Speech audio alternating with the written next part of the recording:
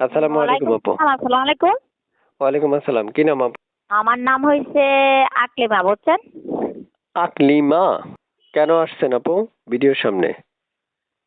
ভিডিওর সামনে গেছিলাম ভালো একটা মানুষের জন্য, সেজন্য গেছিলাম। বয়স কত আপনার? বয়স ধরেন না 20 চলতেছে। দেশের বাড়ি কোথায় আকলিমা আপুর?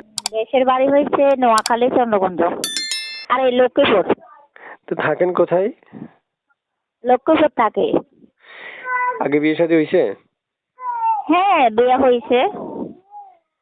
তো বিয়ে হয়েছে তারপর প্রতিবেদনে কেন আসছেন? মানে স্বামী নাই তো, দুটো বাচ্চা আছে, বুঝছেন? একটা ছেলে একটা মেয়ে আছে, মানে তার ঘরে মানে অনেক কষ্টের মধ্যে আছে, মানুষের বাসা বাড়িতে কাজকর্ম করে খাই। সেজন্য মানে ভিডিওতে গেছিলাম, মনের মতন একটা মানুষ পাইনি দেখি রোজা রমজানের দিন তো, মানে চলে আইসে, ঠিক আছে, সেজন্য।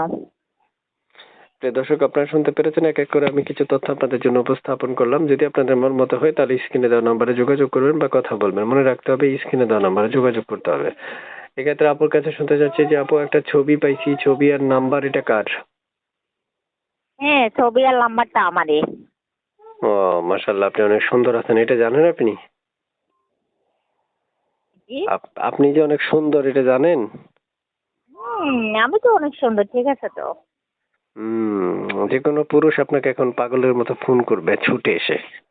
দর্শক, সাথে আপনিও যাইয়েন, সমস্যা নাই। কি কি কি?